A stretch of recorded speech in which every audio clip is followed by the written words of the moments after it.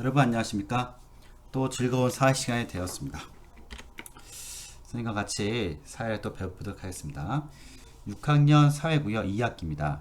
이웃 나라의 자연환경과 인문환경을 알아봅시다. 뭐 자연환경은 뭐 날씨나 뭐 산, 뭐 강, 뭐 그런 게 자연환경이고, 인문환경은 그 사람이 만든, 그러니까 사람이 인공적으로 만든 걸 말합니다. 뭐 문화나 풍습이나 뭐 옷이나 그죠? 의식주 같은 거죠. 교과서는 이제 59에서 63쪽이고 차시는 16차시입니다. 이 차시를 꼭 적는 이유는 학생들보다는 이제 선생님들한테 이렇게 도움을 주고자 만들었습니다. 이 차시는요. 자, 이웃 나라의 자연 환경과 인문 환경을 알아봅시다. 이 일은 이제 쪽수죠, 쪽수. 지금 하는 것이 이제 첫 번째 슬라이드라 그 뜻입니다. 혹시 모르실까봐. 자, 오늘은 이 시간은 이제 중국과 일본과 러시아를 배울 건데요. 그 중에서 이제 자연적 특징에 대해서만 배울 겁니다. 우리나라랑은 우리나라와는 이제 뗄래야 뗄 수 없는 이제 나라들이죠. 중국,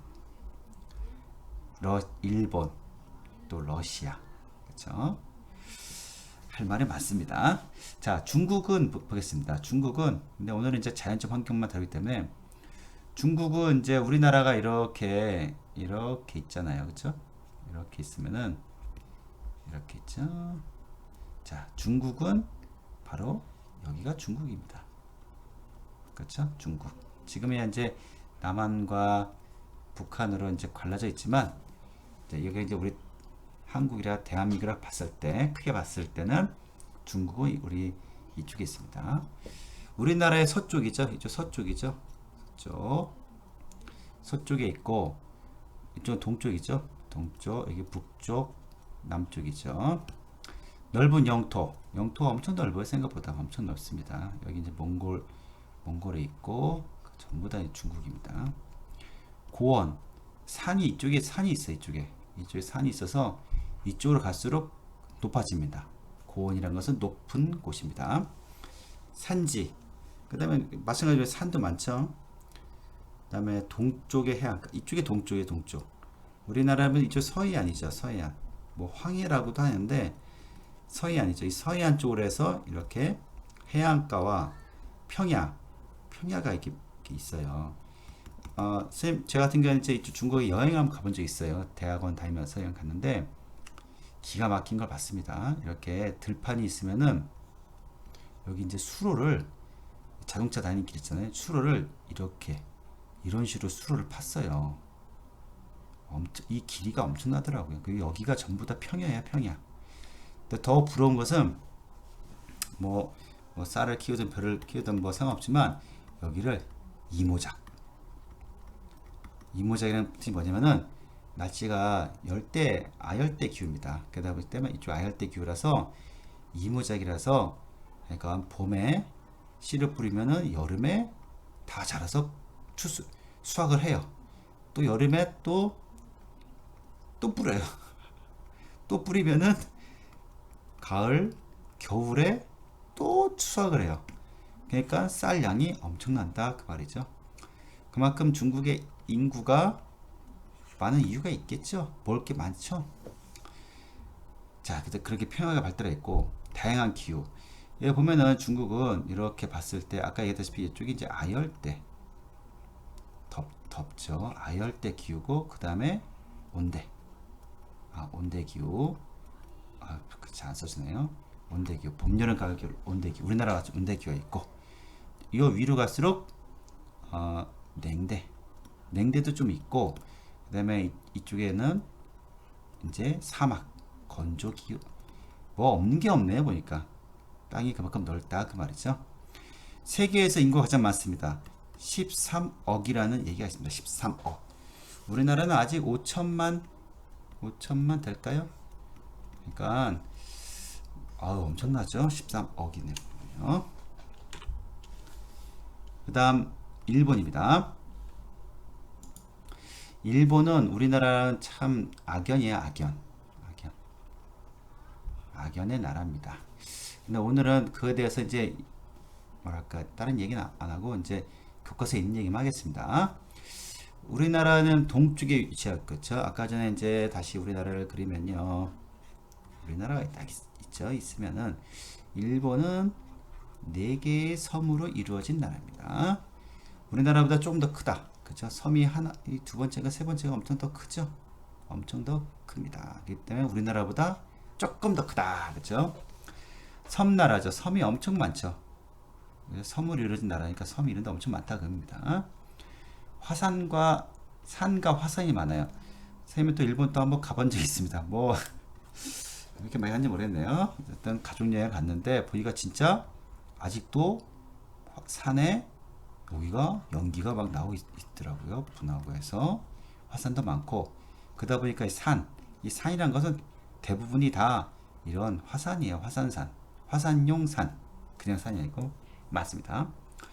섬이 많다 보니까 당연히 해안선이 복잡하죠. 해안선이란 말은 이렇게 땅에 이렇게 있으면 이제 이게 복잡하다 그 말입니다. 이게 보면은 이제 화산이 있으니까 이 주위에 지하수가 있죠. 지하수가 뜨거워요. 엄청 뜨거워요. 바로 온천이 많다.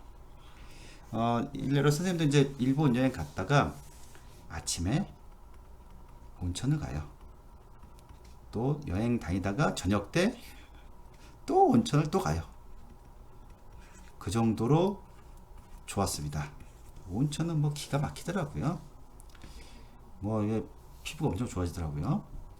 그리고 이제 습하다는 것은 이제 공기 중에 습기가 많고 당연하죠. 이제 섬나라니까 바다에서 오는 습기가 엄청나게 많겠죠.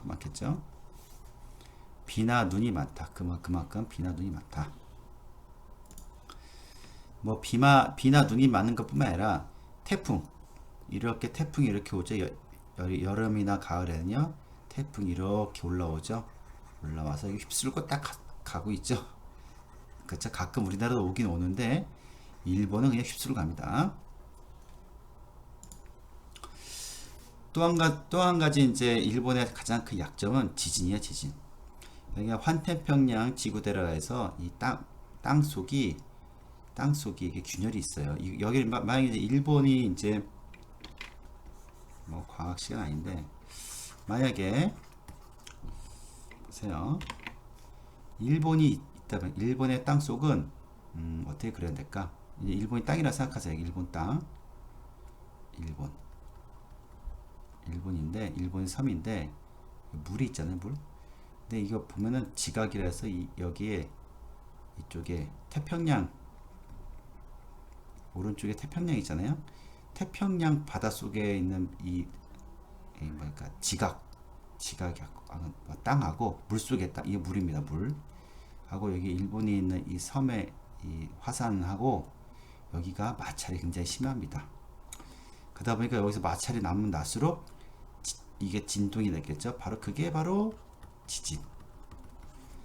지진이 생기다 보니까 일본 사람들은 아마 못 살 거예요. 아마 일본에서. 그러니까 자꾸 우리나라를 이렇게 쳐다봐가지고 이제 어떻게든 쳐들어오려고 눈에 번쩍번쩍 하죠. 이게 눈이죠, 눈. 그렇죠? 이게 눈이 막 번쩍번쩍 해야죠. 막 우리나라를 쳐들어오려고 그냥 막 지금. 자, 그 얘기는 나중에 인문환경 할 때 하겠습니다. 오늘 자연환경이니까 자꾸 불안하네요. 노동력이 풍부해서 일본도 한 1억 3천만 명 될 거예요. 인구수가. 그러면 이 노동력이 풍부하다 그 말입니다. 풍부해서 공업 지역이 발달했다. 공업 지역이. 일본의 물건들이 굉장히 정교하고 굉장히 좋습니다. 그 이유는 바로 이 공업이 굉장히 발달했다 그 말입니다. 일도 굉장히 열심히 해요. 열심히 하고 그러니까 약간 그런 근성은 좀 있습니다. 국민성이요. 자, 그다음 러시아입니다. 러시아는 우리나라랑 또 역사적으로 많이 좀 얽히긴 얽혔어요. 좀 그 빈도가 적어서 그렇죠. 자, 러시아는 우리나라 북쪽에 있죠. 이렇게 하면 아까 전에 이제 북한을 딱 그리면요. 잘못 그렸습니다. 북한을 딱 그리면은 이렇게 해가지고서 이쪽 중국, 여기가 러시아죠. 러시아하고 소련하고 헷갈리는 친구들이 가끔 있어요. 소련이 뭐냐? 러시아는 원래는 소련이었어요. 소련이었다가 그 이제 공산주의를 포기를 하죠. 포기하고서 러시아로 바뀝니다. 그러면서 이런 러시아도 민족이 여러 가지가 있어요. 그 민족끼리 이제 독립한다 그 말입니다. 그 영토가 세계에서 카드 넣습니다. 러시아 얼마나 넘냐면은 이만큼이에요. 보세요. 이쪽은 아시아 대륙에 속하고 이쪽은 유럽에 속합니다. 그러니까 러시아가 얼마나 큰 나라입니까? 큰 나라. 그러니까 대륙이 두 개의 대륙이 걸쳐 있을 정도로 나라가 큽니다. 고원 아까 얘기했죠. 높은 지방 이렇게 산처럼 높은 지방에 이렇게 사람들 많이 산다 그 말입니다. 고원과 산지 산으로 되어 있다. 평원 유럽 쪽에 오히려 사람이 많이 살아요. 이쪽에 아시아보다는요. 아시아 쪽은 약간 너무 춥고 산이 많은데 이쪽 유럽 쪽은 평원 아까 전에 평야라는 말 들어봤죠. 평화와 비슷한 말입니다. 평야 지역에 이제 뭐 농사 지을 수 있으니까 이런데 사람이 많이 산다. 그렇죠? 자, 러시아도 이제 기후가 여러 가지가 있습니다. 냉대 기후.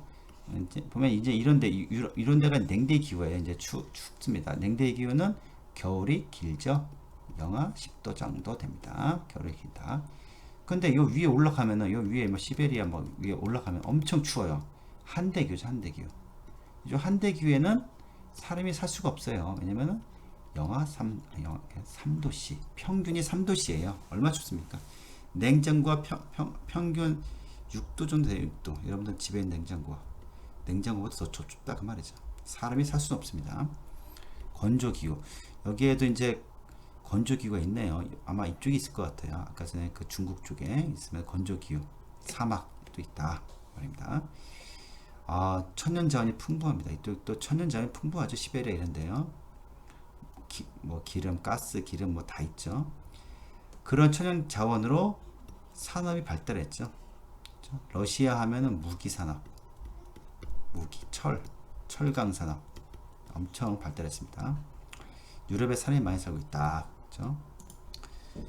자, 이제 세 나라 알아봤는데 중국, 일본, 러시아를 알아봤는데 인구가 이제 밀집한 지역의 특징이 있죠. 이 세 나라의 특징은 바로 평야, 땅이 평평한 곳, 농사 짓기도 좋고 뭘 하기도 좋고 큰 강, 옆에 강을 끼고 있어야 돼요. 그래서 강에서 물 같은 거 마셔야겠죠. 먹는 물도 되고 뭐 빨래도 빨아야 되고. 온대기후는 봄, 여름, 가을이 온대기후예요. 온대기후에 많다. 그렇죠? 러시아는 온대기후가 없다 보니까 덜 추운 한대기후에 많이 살고 있다 그 말입니다. 즉 자연환경이 사람이 살아가는데 가장 큰 영향을 주고 있다 그 말입니다. 세 나라를 봤을 때 교과서와 59쪽에서 63쪽까지 살펴보고 사회과 부도까지 한번 오늘은 보도록 하겠습니다.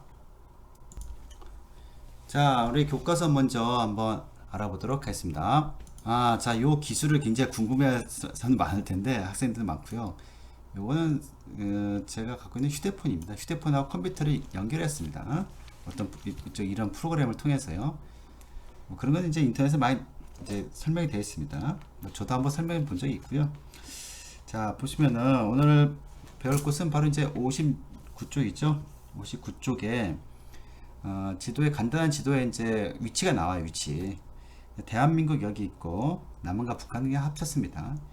그다음에 교과서 순서라면 중국이죠. 중국은 대한민국의 서쪽에 있습니다. 여기를 이제 황해라죠. 황해. 서해안. 그다음에 우리의 북쪽 위로 올라가면 북쪽은 러시아가 있습니다. 그다음에 동해가 있죠. 동해라고 꼭 표기를 해주세요. 동해. 왜냐면 자꾸 일본이 뭐 저펜해 해가지고 뭐 일본해라고 하는데 사실 정식 명칭은 동해입니다. 동해. 그래서 일본은 바로 대한민국의 동쪽에 있습니다. 그렇죠? 교과서에 이제 나온 게 그 말입니다. 사회과부는 좀 더 한 번 해보겠습니다. 자, 넘겨져서 자, 중국이 있어요. 중국의 영토는 뭐 어마어마하죠. 지금 이제 이 지구본이 나오는데 지구본에 우리나라가 대한민국 여기 있으면은 우리나라 이쪽에 보면은 서쪽으로 해서 이렇게 엄청 큽니다. 엄청나게 큽니다. 근데 이제 중요한 게 뭐냐면 이제 이쪽 지역이요. 우리나라 이제 이쪽에 있죠. 우리나라 이제 이쪽에 이렇게 이따 생각하면 됩니다. 이렇게 이쪽은 이제 땅이 평평하고 굉장히 이렇게 낮아요. 낮고 평평하고 좋습니다. 사람 살기 좋은데 이쪽은 좀 별로. 이쪽은 히말라야 산맥부터 시작해서 굉장히 높아요. 이 지대가 높아. 옆에서 봤을 때 이제 이런 식으로 됩니다. 옆에서 보면요, 단면이 이런 식으로 했고, 스촨 분지, 그러니까 이런 데서 지진도 많이 나죠. 스촨성에서요. 고비 사막 이렇게. 자, 알겠습니다. 사람 살기에는 이런 데가 좋겠죠. 그렇죠? 평야 지역 있고. 자, 그다음에 보니까 이쪽 보면은 이 티베트 고원 세계의 지붕이라 할 만큼 높습니다. 높고, 이쪽은 상하이가 바로 상해입니다. 상해. 동부지방 지역에서 바닷가에 있는 주요 항구 도시인 상해. 선생님도 여기 한번 가봤습니다. 엄청 발달했습니다. 엄청 발달했죠. 여기인데 여기 상해. 우리나라 임시정부, 그렇죠? 임시정부도 이곳에 있었습니다. 그렇죠? 거기 굉장히 선생님도 가보니까 너무 마음이 아프더라고요. 굉장히 허름하고 2층 집 그냥 가정주택 정도밖에 안 됩니다. 이렇게 보면 안 됩니다. 자, 그럼 나중에 얘기할 기회가 있으면 좋겠고요. 그 다음에 일본은 우리나라의 동쪽에 있고 4개의 섬으로 있어요. 일본은 홋카이도라는 섬 있고, 혼슈라는 섬이 있고, 시코쿠라는 거 있고, 규슈라는 거 있고. 저 같은 경우는 규슈를 한번 다녀봤는데 섬이 굉장히 많죠. 지금 보기에는 뭐 얼마 안 돼 보이는데 섬이 뭐 3,000개가 넘다. 우리나라도 그런데, 그렇죠? 그리고 지진도 많고, 온천이, 아소산도 가본 적 있어요. 아소산도 온천이 발달했고, 아소산 근처는 못 가봤습니다. 무서워서. 그 다음에 도쿄를 중심으로 한 게이힌 공업지역이 도쿄에 있네요. 다음, 자, 러시아로 가보겠습니다. 자, 러시아는 영토가 가장 넓죠. 이쪽 위쪽으로 우리나라 대한민국 북쪽에 있고 이렇게 엄청 넓습니다. 그다음에 여기 보면은 얼마나 넓은지 아시아와 유럽을 이렇게 구분한 선도 있네. 구분한 것도 있네요. 이쪽에 있네요. 그렇죠? 이쪽은 아시아고 이쪽은 유럽입니다. 참, 이 나라 러시아 국민들은 행복하게도 천연가스가 많이 나옵니다. 겨울철이 엄청나게 추운 봄이 약혼. 그래서 뭐 엄청나게 춥죠. 이때 뭐 거의 한대 지역이고, 여기는 냉대 기후, 좀 춥습니다. 그 다음, 이웃 나라의 인구 분포를 알아봅시다. 보면은 이웃 나라 인구 분포도를 살펴보고, 이 분포도네요, 그렇죠? 인구가 밀집한 지역의 특징을 자연환경과 연관지어 이해해봅시다. 지금 이쪽 유럽 쪽, 중국의 아까 평야 지역 엄청 많죠. 평야 지역, 대한민국, 일본에 많이 있네요. 이쪽에도 좀 있네. 이쪽에도요. 자, 그러면은 고산 지역이 없다 그 말입니다. 추운 데는 못 산다. 냉대는 못 산다 그 말입니다. 러시아의 수도인 모스크바는 이게 수도가 이쪽에 있는 거죠. 그렇죠? 이쪽에 있어야 되는데 이쪽에 있네요. 따뜻하니까. 그렇죠? 일본의 수도 도쿄에 있고, 중국의 수도 베이징은 여기 있습니다. 베이징. 엄청 가깝네요. 우리나라랑 엄청 가깝게 있습니다. 이웃 나라의 지형도를 살펴보면, 지형도라는 건 바로 이게 지형도죠. 이 지형도. 인구가 많은 지역의 특징을 써보도록 하겠습니다. 바로 평야 지역, 그 다음에 해안가에서 물고기 잡고 그러면 편하겠죠. 이쪽 해안가입니다. 이게 해안가, 어업 같은 거 좋죠. 그 다음에 큰 강, 이렇게 뭐 황하강 같은 게 이렇게 흐르고 있으니까, 이런 황하강이나 이런 강이 흐르는데, 또 우리나라 마찬가지로 한강, 큰 강이 흐르는 곳에 사람이 살기가 편하겠죠. 2번, 이웃나라 기후를 살펴보면 인구가 많은 지역의 기후를 써봅시다. 아까도 얘기했다시피 중국과 일본은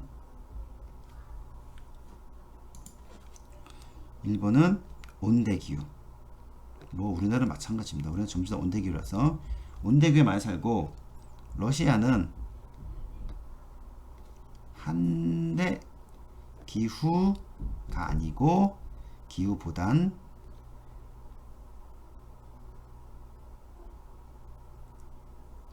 냉대나 건조 기후에 많이 산다. 한대 너무 춥죠? 이쪽 한대 너무 추우니까 이쪽에 냉대 기후에서 살고 있다 그 말입니다. 냉대 기후가 다시 한번 얘기했지만 10도, 겨울에 10도입니다. 한대 기후는 3도, 평균 3도, 1년 내내 3도입니다. 자, 그리고 3번에 인구가 밀집한 지역의 자연환경과 사람들의 생활 모습을 관련지어 이야기해 봅시다. 이 부분은 뭐가 있냐면은 사람들이 많아서 뭐 대도시나 산업이 발달했다.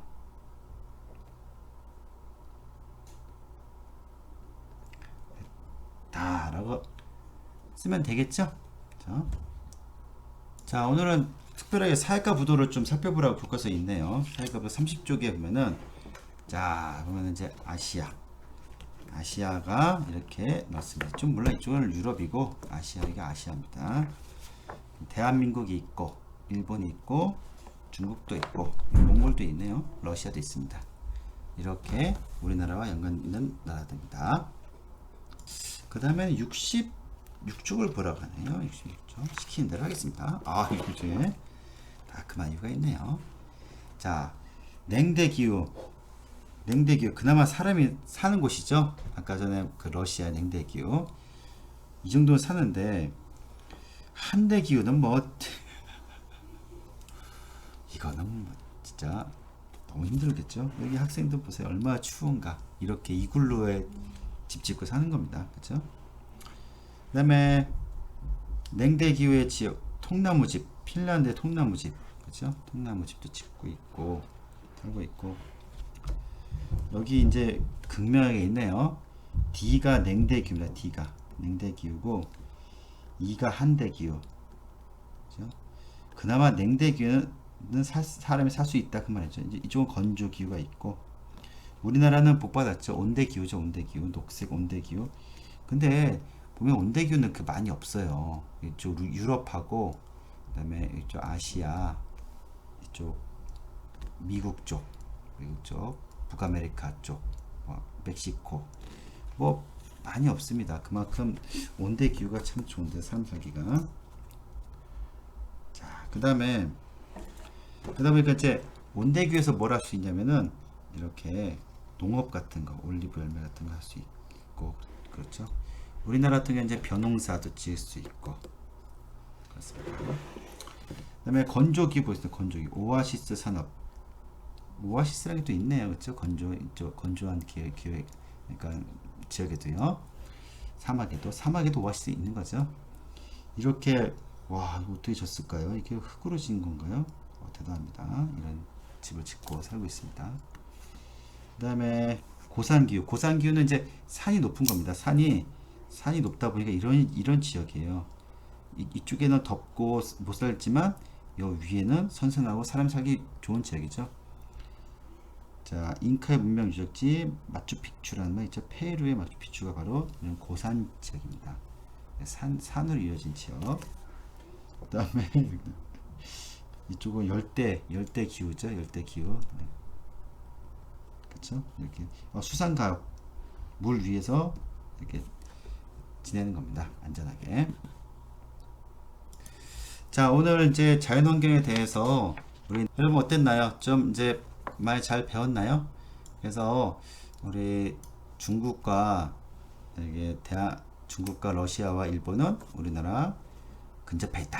그것만 좀 알아둬도 오늘 시간 이렇게 보람차지 않았나 생각합니다. 다음에도 더 재밌는 사회를 준비하도록 하겠습니다. 네, 감사합니다.